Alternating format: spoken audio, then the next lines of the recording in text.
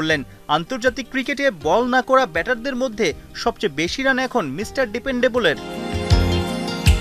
অস্ট্রেলিয়ার হয়ে ৩৯৬ ম্যাচ খেলে ১৫,৪৬১ রান গিলক্রিস্টের নামের পাশে। লঙ্কান সিরিজের আগ পর্যন্ত বাংলাদেশের জার্সিতে ৪৭২ বার নামেন মুশফিক। রান ছিল ১৫,৩৫০। গল মুশফিকের অন্যতম ফেভারিট গ্রাউন্ড। ভারত মহাসাগরের তীরে অসাধারণ সেঞ্চুরি হাঁকিয়ে টপকে গেছেন গিলক্রিস্টকে।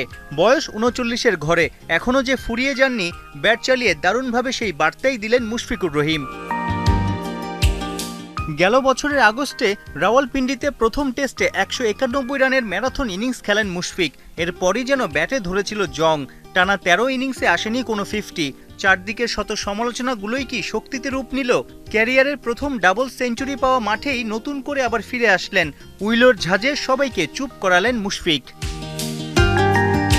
বাংলার ক্রিকেটের পঞ্চপাণ্ডবের মধ্যে শুধু মুশফিকই টিকে আছেন। প্রথম বাংলাদেশি হিসেবে ১০০ টেস্ট খেলার হাতছানি দিচ্ছে।